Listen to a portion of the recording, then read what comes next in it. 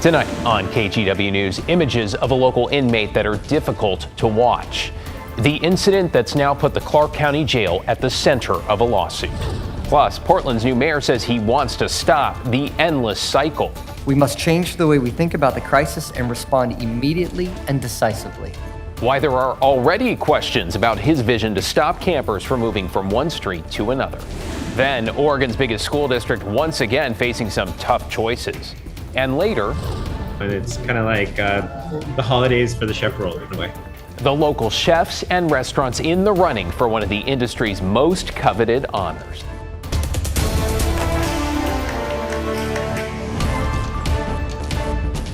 We begin tonight with a former inmate suing Clark County after he was dragged through his cell in an incident his attorneys call inhumane. Catherine Cook has a look at the video that takes us through how it unfolded and a warning some of it may be difficult to watch.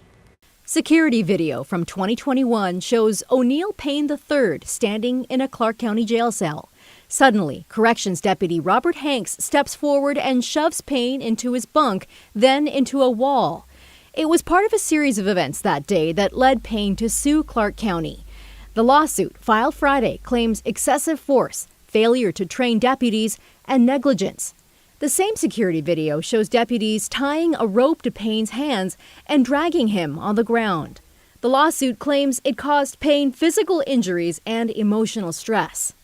Back in 2022, when Clark County first released this video, sheriff's officials said the deputies were there to search Payne's cell and collect food trays. An outside agency ended up doing a criminal investigation into the incident, focusing on Deputy Hanks, but after reviewing their findings, the Vancouver City Attorney's Office decided not to charge him with a crime. Now, Payne is seeking unspecified damages in court.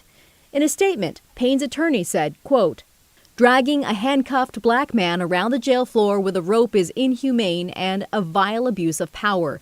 This lawsuit aims to shine a light on these cruel practices and demand accountability." The lawsuit names Hanks, Clark County, and 5 others as defendants, including former Clark County Sheriff Chuck Atkins. KGW reached out to the sheriff's office for comment. A spokesperson deferred us to the county. Reason being, jail services separated from the sheriff's office in 2023. The county voted on that move to help the sheriff's office focus solely on law enforcement. So far, the county has not gotten back to us. David. Catherine Cook reporting tonight. Thank you, Catherine. In our homeless crisis, Portland's new mayor has laid out part of his plan to end unsheltered homelessness in the Rose City by December. His goal is to have 1,500 more shelter beds by the first of that month. To do that, Wilson wants to create a network of low-barrier, nighttime-only emergency shelters, along with 4 new day centers, one in each council district. He told City Council today he's looking to use community centers, businesses, and churches near transit centers. Portland has the highest unsheltered homeless rate in our history, and the unsheltered are dying in unprecedented numbers. The recent Domicile Unknown report shocks the conscience. Wilson also wants to stop the cycle of shifting camps from street to street or block to block, though it's unclear exactly how he plans to do that. At today's meeting, he mentioned he wanted to stop posting a 72-hour removal notice for unestablished camps, ones that haven't been in place for long. There's a state law that requires notice for established campsites, and Wilson says he will not be looking to change that law. Blair Best and the team at The Story took an in-depth look at Mayor Wilson's plan earlier tonight. You can watch that episode on our free streaming app. It is KGW Plus, available for download now on Roku, Apple TV, and Fire TV. Developing this evening, leaders in Oregon's biggest school district are looking at a $40 million budget gap when it comes to next school year. Alma McCarty has a breakdown on what's on the table in Portland Public. Alma? David, for Oregon's largest school district, a $40 million shortfall will likely result in the loss of more than 200 positions across the district. But Superintendent Kimberly Armstrong emphasized they are still looking to get feedback from families and educators and from the community before nailing down a specific plan. Leaders explained some of the reasons for this shortfall include rising costs, limited revenue, and declining enrollment. While the district's made cuts the past couple of years, these upcoming reductions are more than in years past. The proposed reductions that the superintendent laid out on Wednesday include $12.2 million from the district's central budget and $29.1 million from the school budgets. That could mean eliminating or leaving open 69 support positions at all school levels, 44 licensed staff and administrator roles, and 20 teacher jobs. Eliminating those specific teacher jobs would increase class sizes at high schools. And the district's looking to reduce the number of professional development days by 4. Again, there are more proposals on the table as board members and school staff alike advocate for more funding from the state. I don't want to see teachers get cut, and I don't want to see the staff members get cut, and I don't want to see anybody in the building office get cut, and I don't want to see any of these things. But the reality is, we ain't got it. The money is not there. And until we can do something about the real issue, which is making sure that we have the funding that we need to support our schools and support our kids, we're going to continue to have these types of problems.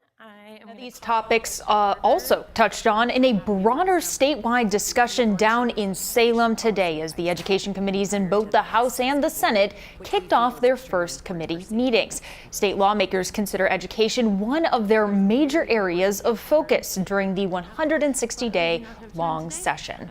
Now, as for PPS, there is time to weigh in on the budget. There will be listening sessions and town halls in the coming weeks, with Dr. Armstrong delivering the proposed budget to the board at the end of April. Final approval happens in June. David? It feels like we were just talking about cuts in Portland Public, and here we go all over again. Thank you, Alma. To get you caught up on tonight's other headlines now, in Salem, police shot and killed a suspect around noon near an apartment complex in the north part of that city. Authorities say they were chasing a wanted man armed with a gun. We're working to learn more about what led up to the confrontation and if the suspect fired, though witnesses reported hearing about 4 gunshots. The man died at the scene. No officers were hurt. New tonight, video from a KGW viewer shows massive flames and smoke at a home in the Bethany neighborhood. This apparently sparked just after 5 on Northwest Liberty Street and 163rd Terrace. When crews arrived, they say the house was engulfed and they ran into some challenges trying to get it under control. Due to the amount of personal belongings, there were some internal access challenges as well as some heavy vegetation, also creating some exterior access challenges as well. No one was hurt, and that fire was put out within an hour. And a vintage vinyl shop in Tigard is out a couple of $1,000s after a thief loaded up on records and collectibles. The owner of Greasy Car Vintage in the Curiosities Vintage and Oddities Mall says a woman was caught on camera stealing some 60 vinyls in all, along with higher-end merchandise. A vendor then ran outside to confront the thief. You can hear the screams there. It was hit by a car door as the woman backed up and sped off. Police say they are still looking for that suspect. On President Trump's second full day in office, the Multnomah County DA and Portland Police Chief drew a clear line on what they will tolerate during protests. It comes a day after a largely peaceful protest at Waterfront Park in downtown, one where a small number of those, 5 people, were arrested for vandalism, including spray painting graffiti on windows in buildings. DA Nathan Vasquez says anyone involved in criminal behavior will face charges and prosecution, and acts like these detract from those peacefully demonstrating. We want our local folks to be able to demonstrate. We want to be able to exercise their First Amendment rights, but that is totally different than going out and engaging in violence or in vandalism, and there is no tolerance for that. The 5 people arrested had their first court appearances this afternoon. Chief Day says the Bureau is tracking at least one more protest that could happen over the weekend.